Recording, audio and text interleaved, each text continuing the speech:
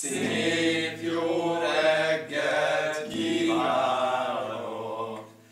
Vannak-e itt hervadozó leányok? Elsősorban cellisták, miattuk zarándokoltunk 2 órát. Azt reméljük megérte, feldobja a napodat zenéskkel.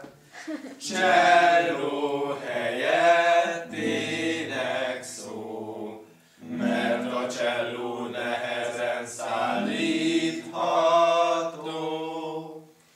Eljöttünk mi húsvét reggel lócsolni, lócsolni, reméljük nem fogsz kidobni. Eljöttünk mi húsvét reggel lócsolni, lócsolni, reméljük nem fogsz kidobni. És most a vége is jó volt, yeah!